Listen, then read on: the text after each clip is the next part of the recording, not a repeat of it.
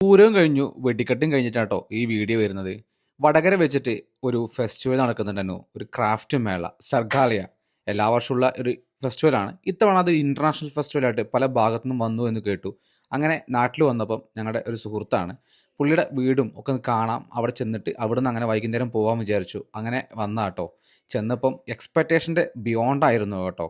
ഒരുപാട് craft related ചെയ്യുന്ന ഒരുപാട് സംഭവങ്ങളുണ്ട്. പഴയ കളരിയും നമുക്ക് ഇവിടെ തന്നെ സാധനങ്ങൾ മേടിക്കാനൊക്കെ പറ്റും. മേടിക്കാന്ന് പറഞ്ഞാൽ അത്യാവശ്യം നല്ല വിലയുണ്ട്. ബട്ട് ഇതെല്ലാം കൈകൊണ്ട് ഉണ്ടാക്കിയതായത് കൊണ്ട് തന്നെ അതിൻ്റെതായ വിലയും കൊടുക്കണം.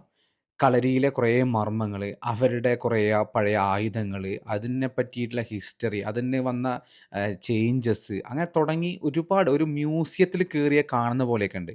ഇത് എഴുത്തോല പലരും കണ്ടിട്ടുണ്ടാവില്ല. ഏത് വർഷം മുതലാണ് എന്ന് ചുരുങ്ങി ഇതെല്ലാം അവിടെ ഡാറ്റാസ് കംപ്ലീറ്റ് ഉണ്ട് കേട്ടോ.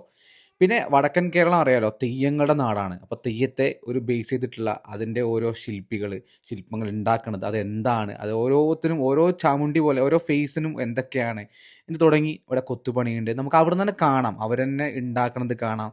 ഞങ്ങൾ ചെന്നത് വൈകുന്നേരമാണ്, ഒരു 4 മണി കഴിഞ്ഞിട്ടുണ്ട്. അതുകൊണ്ട് തന്നെ പല സംഭവങ്ങളും അവർ ബ്രേക്കിനും ചായ കുടിക്കാനൊക്കെ പോയിട്ടുണ്ട്. ഇതിനൊക്കെ ഈ ആന ഇതിനൊക്കെ ഭയങ്കര വില കേട്ടോ. 7,000, 8,000, 19,000, 20,000 തുടങ്ങി അങ്ങനെ നീണ്ട വില തന്നെയാണ്. പക്ഷേ ഇതൊക്കെ കൈപ്പണിയിൽ പണിതുകൊണ്ട് തന്നെ നമ്മൾക്കതിൻ്റെ വില ഒന്നും വിലയിലല്ല കാര്യം എന്നാണല്ലോ. ഈ ക്ലോക്ക് കണ്ടോ, മുളയിൽ ഉണ്ടാക്കിയ ചെന്നപ്പം വിഷു ആയതിനു മുമ്പ് കൊന്നപ്പൂ പൂത്തിരിക്കുന്നുണ്ട് കേട്ടോ. അതേപോലെ കണ്ടൊരു മനോഹര സാധനമാണ് ഇത്. ഇവിടെ ഇന്ന് പഴയ പാത്രങ്ങൾ അല്ലെങ്കിൽ പിച്ചളപ്പാത്രം എന്നൊക്കെ പറയും ഞങ്ങളുടെ നാട്ടിൽ. അത്തരത്തിലുള്ള സാധനങ്ങൾ വെച്ചിട്ട് പഴയ തകരപ്പാത്രങ്ങൾ കൊണ്ടുണ്ടാക്കിയ ഒരു മനോഹരമായ ക്രാഫ്റ്റ്. എന്ത് രസമായിട്ടാണ് അത് ഉണ്ടാക്കിയത് നോക്കി. എനിക്കത് കണ്ടപ്പോൾ ഭയങ്കര ഇഷ്ടപ്പെട്ടു കേട്ടോ.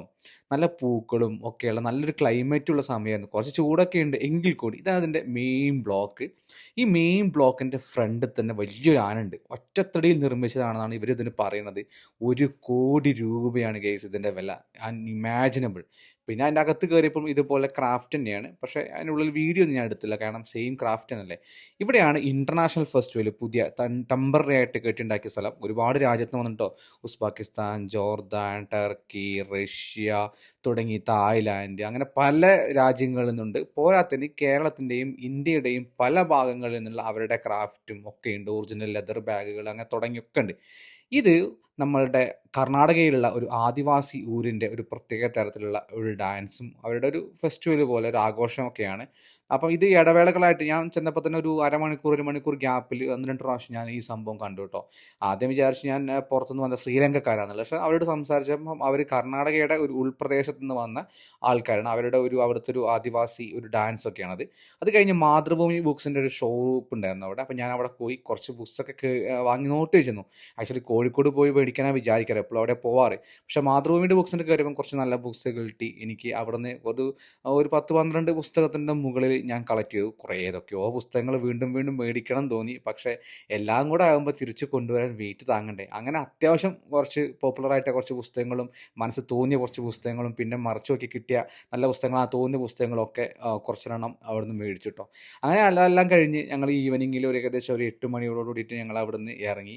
പിന്നെ നേരെ വീട് പിടിക്കണം എന്നുള്ളതാണ്. പക്ഷേ ഇത് ഇന്ന് ലാസ്റ്റ് ഡേ ആണ്. ഒരുപാട് സംഭവം വൈൻഡ് അപ്പ് ചെയ്തു. കുറച്ചുകൂടി രാത്രിയോട് നല്ല ലേറ്റ് ഉണ്ടാവും എന്നൊക്കെ പറഞ്ഞു.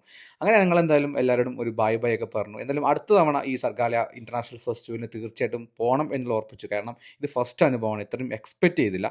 അങ്ങനെ തീർച്ചയായിട്ടും അവിടുന്ന് ഞങ്ങൾ എന്ത് ചെയ്തു, ഒരു 8 മണിയോടുകൂടി തിരിച്ച് നാട്ടിലേക്ക് വണ്ടി കയറി.